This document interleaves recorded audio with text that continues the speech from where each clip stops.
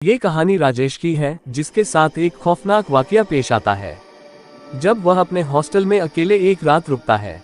मेरा नाम राजेश है और मैं राजस्थान का रहने वाला हूँ। मैं एक स्टूडेंट हूँ, इसलिए मैं पढ़ाई करने के लिए एक हॉस्टल में रहता था। उस हॉस्टल में मेरे बहुत से फ्रेंड थे। दिवाली का टाइम आने वाला था। मेरे सभी फ्रेंड्स घर जा रहे थे क्योंकि वो सभी दूसरे स्टेट्स के थे, इसलिए वो जल्दी चले गए। मेरे इक्का दुक्का फ्रेंड ही हॉस्टल में बचे थे, जो भी थोड़े दिनों में जाने वाले थे। मेरा घर चूंकि शहर के पास ही एक गांव में था और मैं बीमार भी पड़ गया था पहले, जिस कारण से मेरी बहुत सी स्टडी भी बर्बाद हो गई थी। तो मैंने हॉस्टल में ही रहने का निश्चय किया था ताकि मैं अपनी छूटी हुई स्टडी को पूरा कर सकूं। मेरे घर वालों ने भी मुझे मंजूरी दे दी वहीं रुकने की। जो मेरे बचे हुए दोस्त थे अब वे भी अपने घर चले गए। हॉस्टल में बचा तो मैं और मेरा वार्डन। दिवाली की रात आने वाली थी तो मेरा वार्डन भी मुझे चाबी देके अपने घर चला गया। अब हॉस्टल में केवल मैं ही बचा था। मैं अपनी पढ़ाई करके सोने चला गया। रात के करीब 2 बजे मेरी नींद खुली। मुझे किसी के फुसफुसाने की आवाज सुनाई दी, पर हॉस्टल में मेरे अलावा तो कोई भी नहीं था। तो ये आवाज कौन कर रहा था? मैं बहुत डर गया कि एक तो इस सुनसान हॉस्टल में मेरे अलावा कोई भी नहीं है और ऊपर से आती हुई यह आवाज।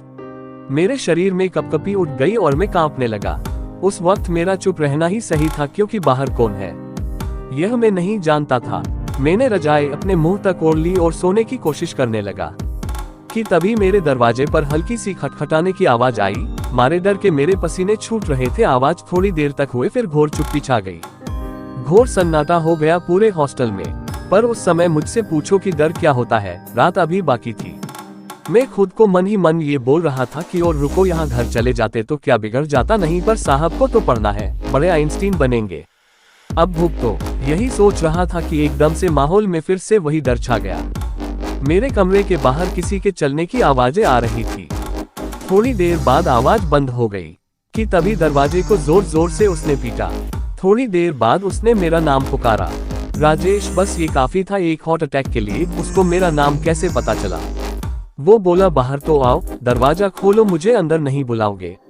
वह आवाज किसी इंसान की तो नहीं हो सकती थी, बहुत ही डरावनी आवाज थी। मैंने दरवाजा नहीं खोला। अब वो चिल्ला के बोला, दरवाजा खोल, नहीं तो। राजेश, दरवाजा खोल। वो अब बहुत गुस्से में था। मैं मन ही मन हनुमान चालीसा पढ़ने लगा। मैं रात भर नहीं सोया, हनुमान चालीसा का पाठ करता रहा। दरवाजे पर खुरचने की आवाजें आती रही। जैसे तैसे करके मैंने रात काट ली। सुबह तक मैं हनुमान चालीसा का पाठ करता रहा। सूर्योदय हो गया था। मैं हिम्मत करके बाहर निकला, वहां कोई नहीं था, पर दरवाजे पर नाखूनों के निशान थे। मैं बस यही सोचता रहा कि अगर मैं बाहर चला जाता तो मेरे साथ क्या होता। मैंने अपने वार्डन को फोन लगाया। कुछ समय बाद वार्डन हॉस्टल में आया। मैंने उससे चाबी दी और कहा मैं अपने घर जा रहा हूँ। मैंने उसे रात का सारा किस्सा सुनाया, पर वो चुप था। उसके चेहरे को देखकर ऐसा लग रहा था कि वो कुछ जानता है। मैंने उसे वो निशान भी दिखाए, पर वो निशान जैसे कभी वहां थे ही नहीं। मैं आज तक उस भयानक रात को नहीं भूला। मैंने उस हॉस्टल को छोड़ दिया। मैं बच पाया क्योंकि मेरे साथ वीर हनुमान जी थे। वो कौन था, कहां से आया, मैं नहीं जानता।